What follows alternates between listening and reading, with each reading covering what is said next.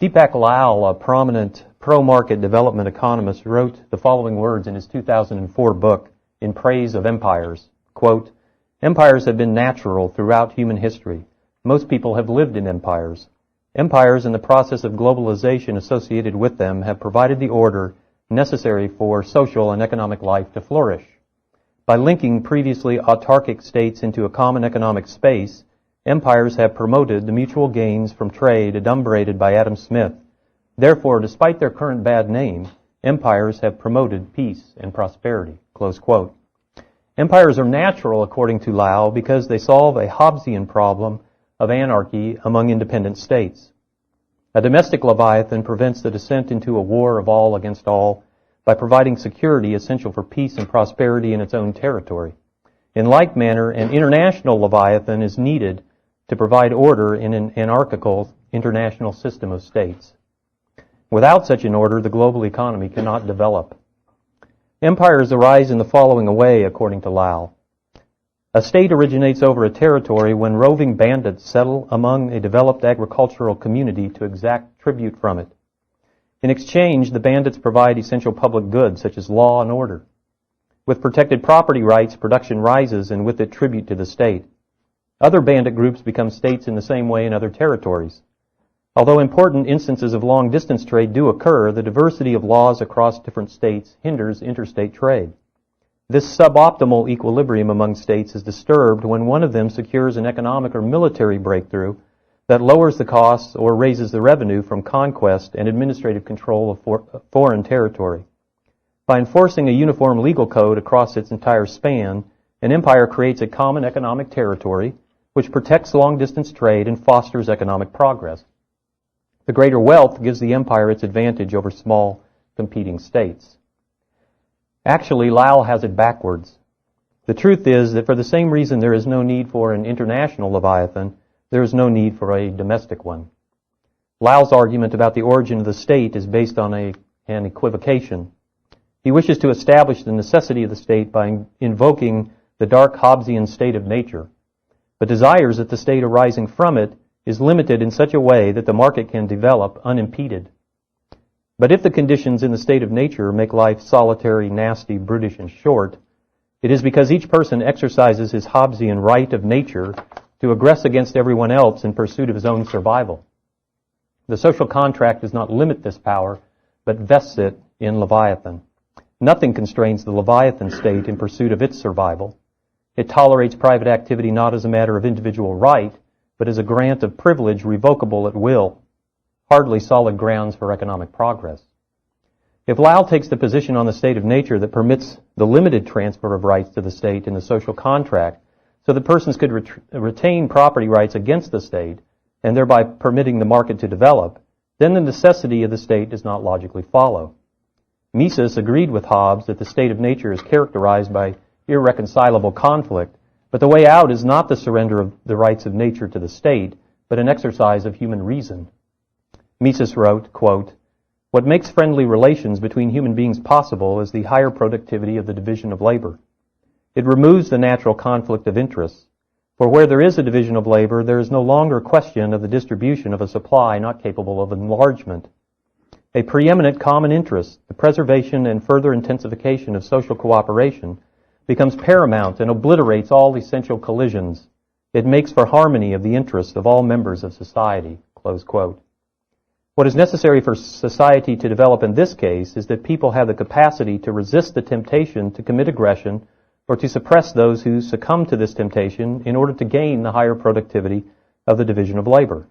Why the suppression of criminals would have to be monopolized in the state is not clear. Lau rests his arguments in favor of a monopoly on the assertion that in the state of nature, people do not share a common authority that could be appealed to in deciding between competing claims. Competing judges would have a fragmented law which would not command the authority of a uniform law. The social contract vests the lawmaking authority in the state to correct this defect. But certainly law exists without the state, and law conducive to the market actually precedes the state. As Mises wrote, quote, "Freedom, as people enjoyed it in the democratic countries of Western civilization in the years of old liberalism's triumph, was not a product of constitutions, bills of rights, laws, and statutes. Those documents aimed only at safeguarding liberty and freedom firmly established by the operation of the market economy against encroachments on the part of office holders. No government and no civil law can guarantee and bring about freedom otherwise than by supporting and defending the fundamental institutions of the market economy." Close quote. The law that regulates human action and interaction is woven into the fabric of reality. It is embedded in the nature of man. It operates whenever human action takes place. Legislation can neither establish nor improve the natural law, and each piece of legislation contrary to it hinders its operation. Even if the state could be strictly limited to defense of person and property, it would be unnecessary. The social order of the division of labor and exchange would arise without it. The common economic space that Lau cites as the justification for empire is the natural condition of man. Benjamin Tucker was right to include in the masthead of his publication Liberty the maxim of Proudhon, quote, "Liberty not the daughter, but the mother of order," close quote. Lau himself concedes this point by admitting that settled communities existed before states emerged from the intrusion of roving bands who came to live as parasites on them. It must have been the case that non-state provision of public goods, including enforcement and adjudication of law, was already in place. Just as the law governing human action and interaction is a precondition for state codification of it, judging disputes about human action and interaction must have preceded state monopolization of this activity. Moreover, this law must have transcended states for long-distance trade to have developed across state borders. Persons do not need a single authority as judge to submit to the law, as Lau claims. They only need to feel bound to the law itself. During the period of Israel's time in the wilderness, people with disputes came to Moses to judge between them. Because the task overwhelmed him, he took the counsel of his father-in-law and appointed judges from among the people. Because the people had been taught the law of God and accepted its authority, they submitted to the decisions of the judges. The system of the judges persisted in Israel until the time of Samuel, when the people rejected God and his law and demanded a king to judge them. Because natural law is universal, it can operate with particular adjudication and enforcement. The common law and arbitration, for example, function consistently with the natural law, not because the state is in the background supporting them, but because the natural law itself is operating universally. If enforcement and adjudication of law can be provided privately in the same market process as other goods, then the state is not merely unnecessary. Because it rests on aggression against person and property, the very existence of the state must impair the social order. Mises wrote, quote, "Government means always coercion and compulsion and is by necessity the opposite of liberty. Government is a guarantor of liberty and is compatible with liberty only if its range is adequately restricted to the preservation of economic freedom. Where there is no market economy, the best intentioned provisions of Constitution and laws remain a dead letter." Close quote. Mises is right that the state is the opposite of liberty, and for that reason he is wrong to claim that the state, however limited, can be the guarantor of liberty. An institution resting on aggression against private property cannot be the defender of private property. If, as Lau claims, settled communities pre-existed the state, then the account of the origin of the state given by Hans Hoppe is more plausible than Lau's. States came from the rise of natural elites within society. Elites emerge in society from the exercise of their superior talents, which earn them wealth and respect. Others turn to them as authorities well suited to judge in their disputes, a public good the elite performs out of a sense of duty. From this stateless condition, the state comes into existence when the elites illegitimately monopolize the function of judging disputes. As soon as social competition in judging and enforcing the law is eliminated, the price of these services rises and their quality falls. Only competition among states remains to provide a competitive check against the state's predation. If one state plunders too heavily, production falls relative to its rivals. Some from among the productive move their persons and properties to the territory of rivals, who then have higher population and greater wealth to exploit to their advantage. Hoppe also points out that monopolization makes the state judge in its own case, and therefore the state will tend to provoke instead of solve conflict in order to rule in its favor and thereby expand its power. Justice is perverted to further the ends of the state. Natural law, immutable and impartial, gives way to state legislation, flexible and partial. Economic progress is hampered not only by the legislation's deviation from the natural law, but by the uncertainty it introduces into social life. Of greater importance than these considerations of why small states foster liberty is that small states permit the possibility of the emergence of private institutions that transcend the state. Churches providing moral and legal codes, families raising children and caring for elderly, schools educating the young, charities giving alms, enterprises producing goods, associations producing public goods, and so on. If the institutions of society sit above the state, then they can constrain the state. Lau would have us believe that liberty is advanced by entrusting to the centralized state law itself. It is a grave mistake to think that the perversions wrought by the exercise of monopoly power can be suppressed in the more important realms and not in the less important ones. If a monopoly garbage collector introduces inefficiencies unknown on the market, how much more so a monopoly money producer? And if a monopoly money producer is bad for the social order, how much worse a monopoly judge of the law?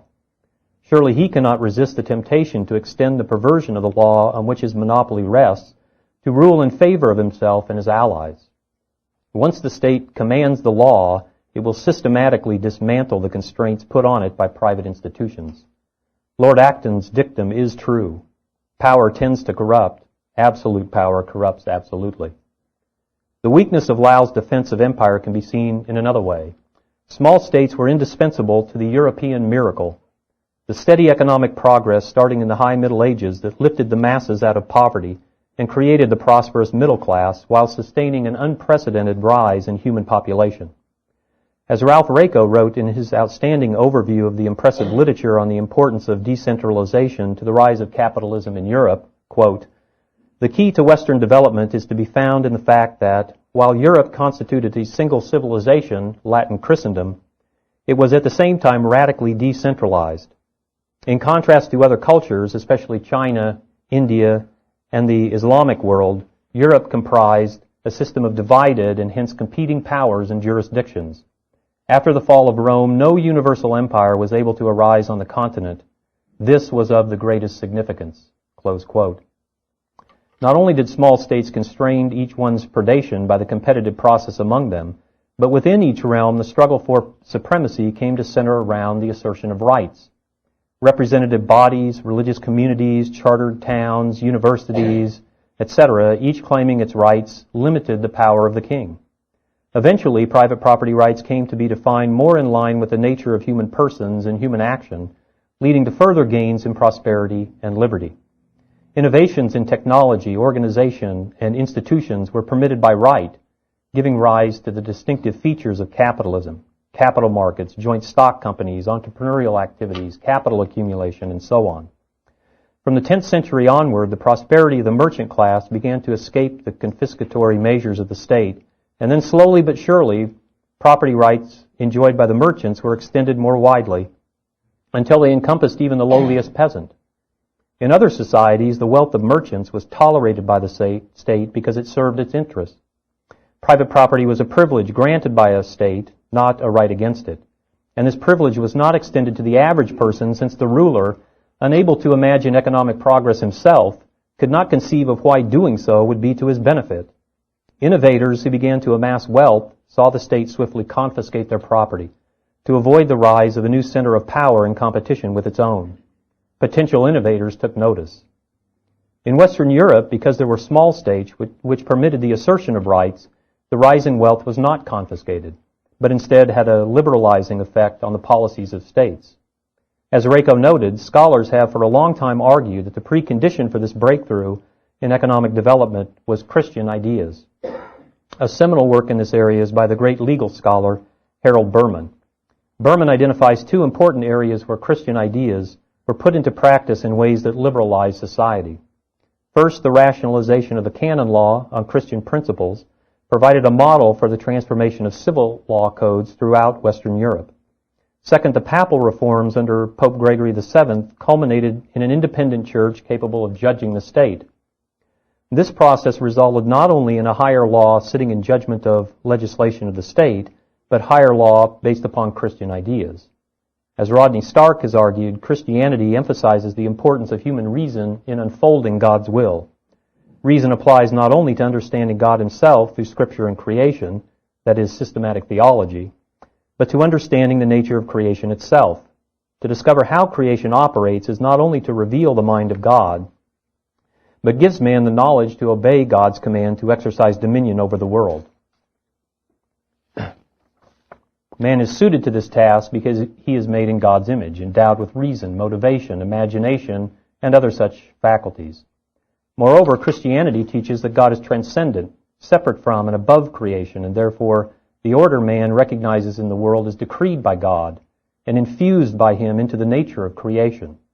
The belief that God regulates creation by the operation of natural laws is the presupposition of both the natural and the social sciences. A substantial literature exists explaining the rise of modern science in Christendom. The great historian and philosopher of science, Stanley Jackie, points out that the original formulation of the laws of motion was by the 14th century priests Jean Buridan and Nicolas Oresme. Students and later teachers at the University of Paris, center of the natural law philosophy of Thomas Aquinas, they began the scientific revolution. And because such knowledge was, in Christian thought, to inform human action, it went hand in hand with a technological revolution. It was a small step to apply natural law thinking to social science. Order in society is brought about by the operation of laws that God has built into human nature. In assessing Thomas Aquinas' contribution to economics, Murray Rothbard wrote, quote, "Perhaps St. Thomas's most important contribution concerned the underpinning or framework of economics rather than strictly economic matters. For in reviving and building upon Aristotle, St. Thomas introduced and established in the Christian world a philosophy of natural law, a philosophy in which human reason is able to master the basic truths of the universe. Thomism demonstrated that the laws of nature, including the nature of mankind, provided the means for man's reason to discover a rational ethics." Close quote. Working in this framework, Buridan and Oresme developed a proto-Austrian theory of money. According to Rothbard, quote, "The main great leap forward in economics contributed by Jean Buridan was his virtual creation of the modern theory of money. He broke free of Aristotelian shackles and founded the medalist, or commodity theory of money. That is, that money originates naturally as a useful commodity on the market, and that the market will pick the medium of exchange possessing the best qualities to serve as a money." Close quote. The belief that God keeps order in the social realm by the operation of natural laws leads logically to the conclusion that the legislation of the state is unnecessary for or even harmful to the social order. Complementary to this belief in natural social order and supporting laissez-faire was the Christian view of the human person.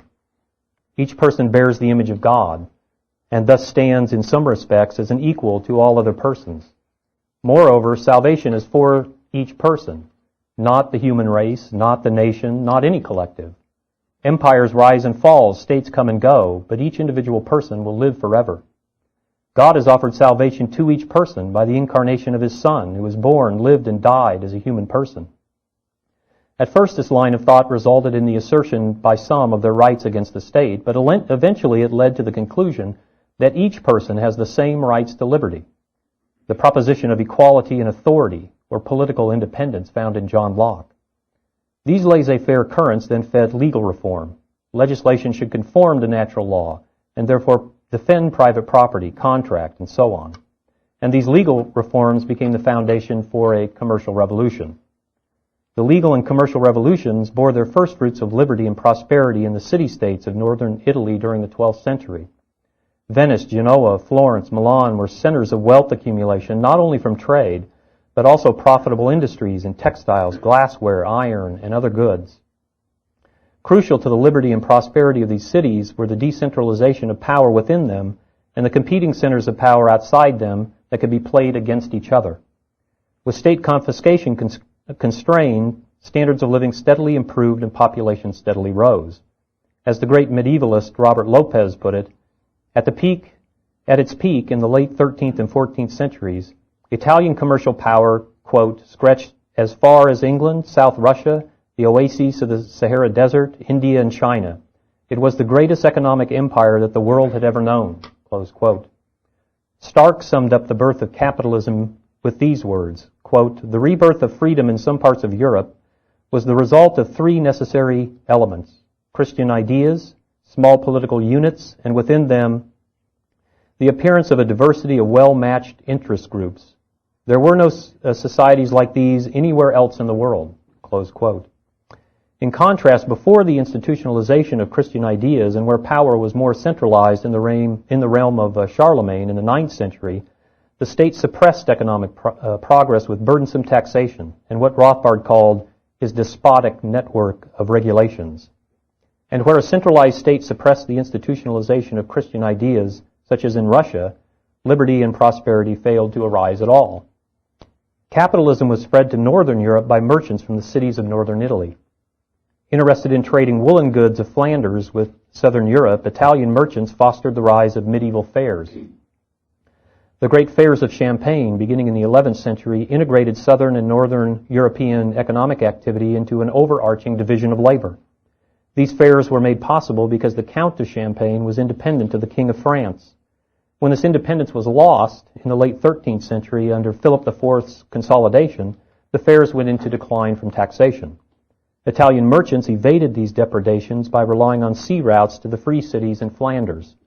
Established by merchants outside feudal claims and ruled by interests favorable to commerce that found protection from predation by local barons by agreements with distant monarchs, free cities sprang up across northern Europe in the 12th century. Bankers from the northern Italian cities established branches in Bruges, from which they capitalized woolen production in Flanders. As a center of trade between English fleece producers and Flanders weavers and Flanders producers of woolens in southern Europe, Bruges became the Venice of the north in prosperity as well as canals in the late 13th and early 14th century. War with France to annex Bruges, as it had southern Flanders, caused merchants seeking freedom to move to Antwerp in the late 15th and early 16th centuries. By the late 15th century, Antwerp was the richest and most well-known city in Europe. Fed by the burgeoning exchange from the age of exploration, the volume of trade passing through Antwerp far surpassed that of any port in history to that time. However, Charles V's subjugation of southern Netherlands led to Antwerp's decline. Charles V also incorporated Italy into the Spanish realm, and state predation, which had been held at bay for half a millennium, was loosed. Venice was the only one of the capitalist cities to avoid this fate. But having lost the balance between Eastern and Western powers because of the Spanish intrusion, it succumbed to predation by city rulers. Capitalism marched on from Antwerp to Amsterdam as displaced capitalists moved north, where capitalism flourished in the late 16th and 17th centuries. Eventually, Amsterdam too succumbed to Spanish and French intrusions. By the 13th century, capitalism was well underway in England. Christian ideas of equality of natural rights had made further progress in England than elsewhere in Europe, which extended secure private property to a wider circle of persons than on the continent. As a result, English capitalism was not limited to cities. Farmers supplied fleece for the European wool markets, and entrepreneurs innovated manufacturing processes and power supplies. Water and windmills, mechanical devices, and coal power were common by the 13th century. The superiority of coal as a source of power led to innovations in mining and shipping, including wagons drawn by horses on metal rails, a precursor to the railroads, and the development of coal power led to the invention of the blast furnace for the working of iron and eventually to the steam engine. Each step forward in the development of capitalism was possible because of a decentralized political system, and each step backward was from political centralization. Ignoring the history of capitalism's origin and progress, Lau claims that the British Empire of the 18th century brought about the first global economy to experience genuine economic progress. His claim about the British Empire is an example of the fallacy Rako calls the timeless approach to history. Of P.T. Bauer as a debunker of this fallacy, Rako wrote, quote, "Rejecting the timeless approach to economic development, Bauer has accentuated the many centuries required for economic growth in the Western world and the interplay of various cultural factors that were its precondition." Economic progress occurred despite, not because of the British Empire. The product of a culture of natural rights, liberty, and capitalism, the American colonists thrived in the decentralized, nearly anarchic conditions. While the colonists were building civilization in the wilderness by acting on their natural rights, the British Crown pursued its own mercantilist interests. The resulting policies sometimes worked with America's comparative advantage and sometimes against it, but in no case did the empire further liberty and prosperity. In the latter cases, in fact, the colonists responded with evasion, smuggling, and eventually secession. They did the same when they felt that colonial states aggressed against their natural rights. Oppressed Virginians left and homesteaded in North Carolina. Pennsylvania, too, was largely without a state in its settlement period, with colonists enjoying the freedom to exit the state's realm and homestead virgin land. In contrast, areas of the British Empire that lacked these cultural traditions, having no history of liberty and capitalism, failed to flourish. Only now, and without being imposed by empire, are India and other non-Western regions like China experiencing the blessings of economic progress. And had capitalism not arisen centuries before from the decentralized political conditions in Western Europe, there would not have been a British Empire conducive, to the extent it was, to liberty and prosperity. The thought that persons had rights against the state and should be left alone to live their lives never would have occurred to any British statesman otherwise. Empires prior to the rise of capitalism were predatory of individual wealth, hostile toward entrepreneurship, and failed to recognize natural rights. And even the Spanish and French empires of the 18th century, because they lacked a strong tradition of capitalism, failed to foster liberty and prosperity in their colonies. That non-Western countries today can mimic Western prosperity also rests on the precondition that capitalism arose from Christendom with Christian ideas and decentralized states. Whether or not their nascent prosperity proves to be built on the firm foundation of natural rights is not yet clear. But one thing we do know, liberty was born in Christendom during the Middle Ages. It can be reborn in the same way it arose before. People can once again sanctify the natural rights of man, and civil society can be reinvigorated to once again transcend the state. Our task is to use the scope of action and wealth left to us by the state to advance natural rights and build the institutions of civil society. When liberty and capitalism were born over a millennium ago, states were small, decentralized, and weak.